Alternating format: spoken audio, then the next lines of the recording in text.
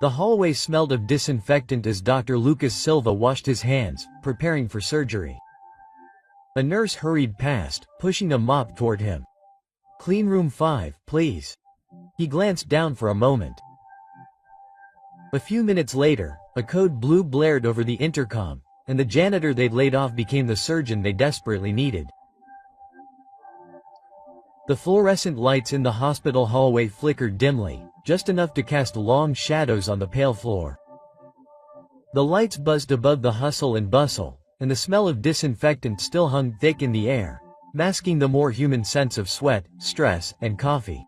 Dr. Lucas Silva walked with measured strides, his name tag clipped tightly to his chest, the lanyard stretched tight against his navy blue scrubs that looked lightly starched. His shoulders were square, his chin lifted just enough to convey calm authority, but his eyes were sharp and guarded, catching glances that weren't meant to be noticed. A couple of nurses walked by, muttering softly, "Must be the cleaning crew, newbie. That's because he's hanging around the OR. No one's going to tell him." Lucas didn't flinch. He'd heard that before in medical school during his residency, even once during a general meeting.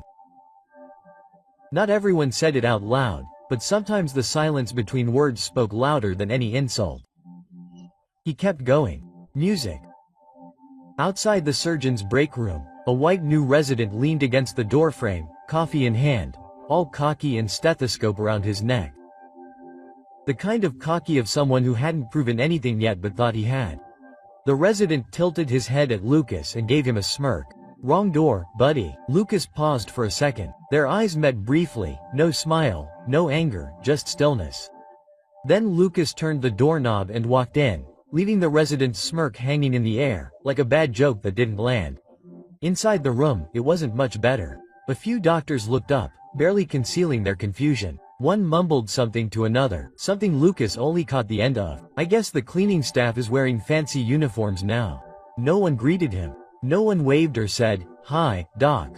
He walked past them, opened the cabinet with smooth precision, and pulled out a surgical folder with neat notes tucked inside. Pre-surgery charts he'd been reviewing for the past 48 hours. The aortic valve case, high risk, likely complications. But he knew the anatomy like the back of his hand. They hadn't known he'd be leading the case, and they didn't think to question it. At the coffee machine, he poured a cup. His hands were steady, but his jaw clenched once, just once.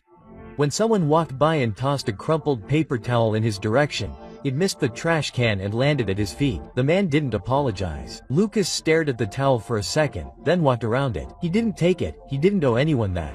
In the corner, one of the preceptors, Dr. Cardozo, in his early 50s, gray-haired, respected, looked up briefly, recognition flashing in his eyes, opened his mouth, then closed it again. He said nothing, even those who knew often kept quiet. And Lucas, he never needed to shout, because his silence was a private thunder, low, constant, impossible to ignore. Every breath he took in that room was an act of defiance.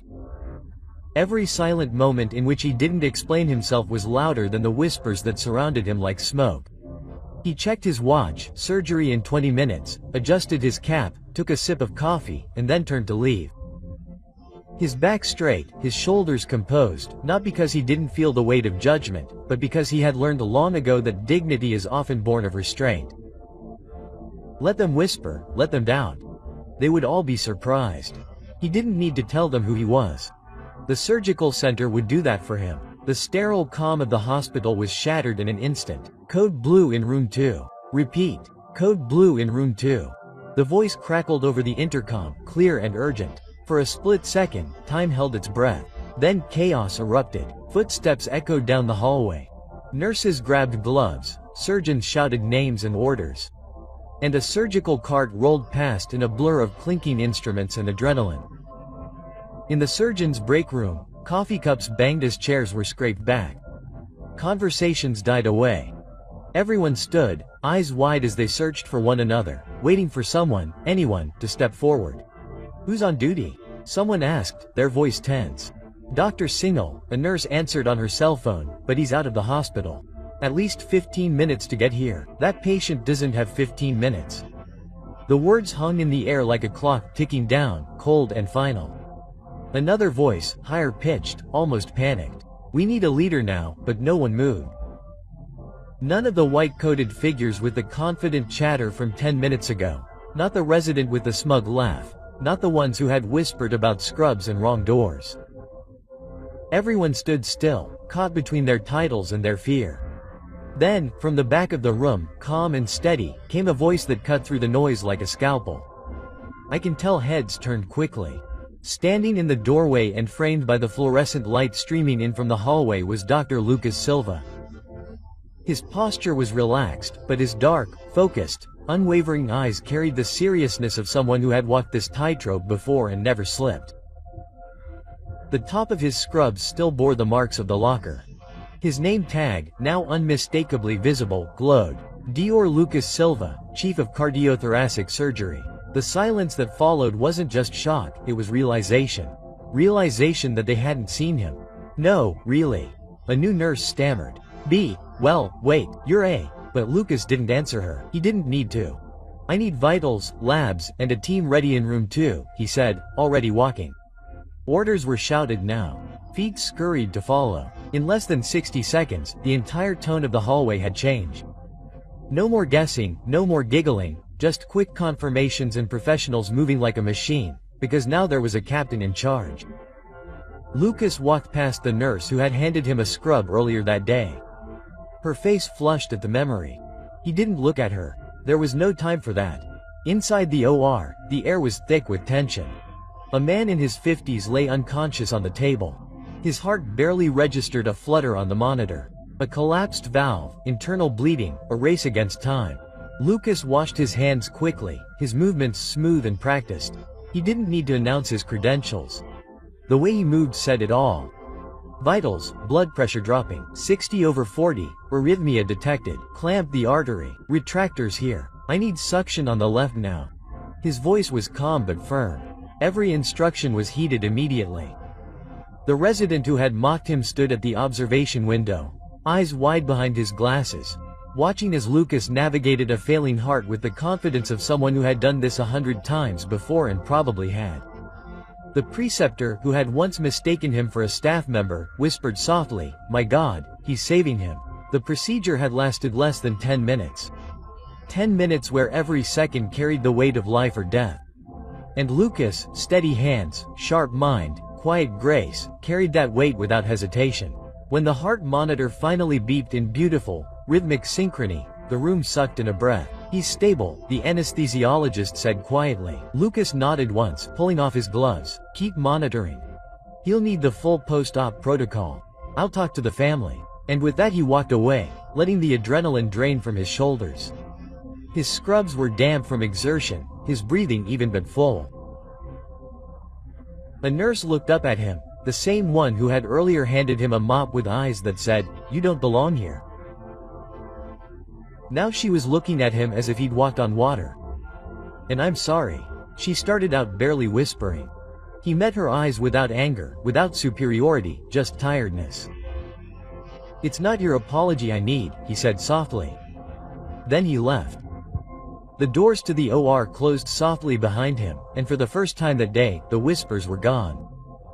All that was left was respect. The double doors to the OR closed with a soft plop behind Dr. Lucas Silva, sealing the heavy silence and the smell of surgical triumph. Back in the hallway, the midday hubbub of the hospital had returned, but something felt different. The air was lighter, as if the entire building had taken a deep breath. Nurses moved with new attention, their eyes lingering a little longer on each badge they passed. Conversations died down as Lucas passed, replaced by clicks of respectful silence.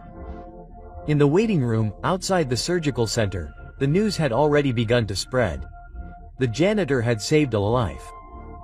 Only he wasn't the janitor, he was the head of cardiothoracic surgery, and now no one could unsee it. Hours later, patient Mr. Joao, a 52-year-old teacher and father of 3, was taken to recovery. The monitors were clicking in a steady rhythm. The color had returned to his face.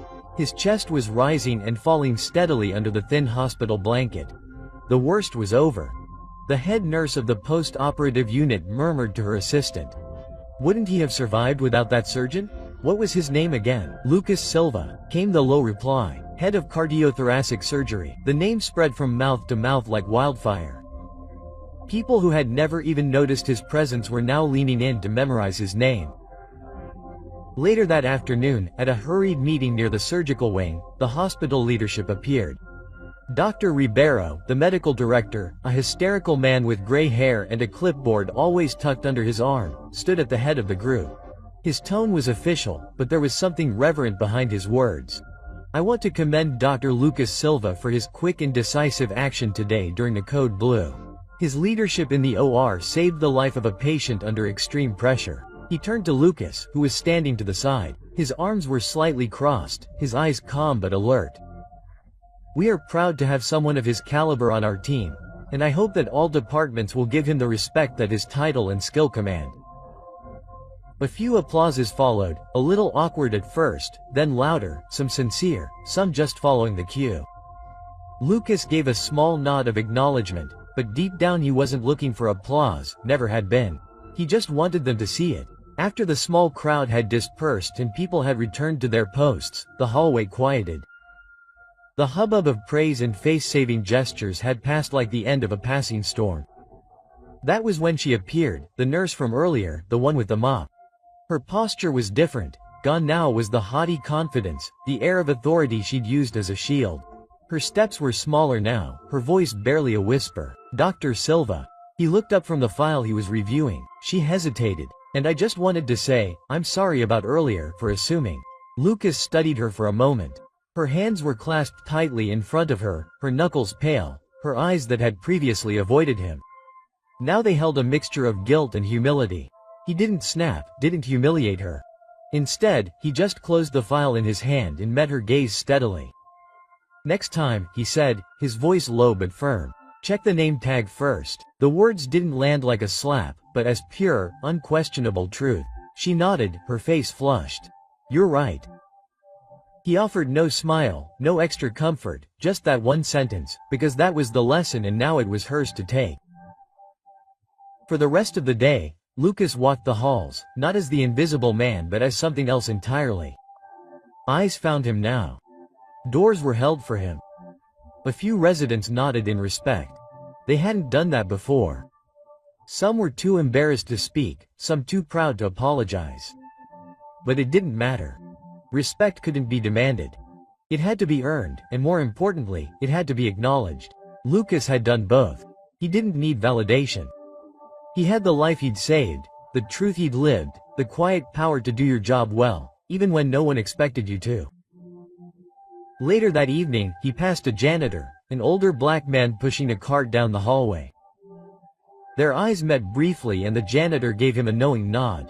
It was the first genuine recognition Lucas had felt all day. The janitor didn't ask what had happened, he didn't need to. He just knew. And with respect finally earned, we end the story of Dr. Lucas Silva. Thank you to those of you who watched this journey.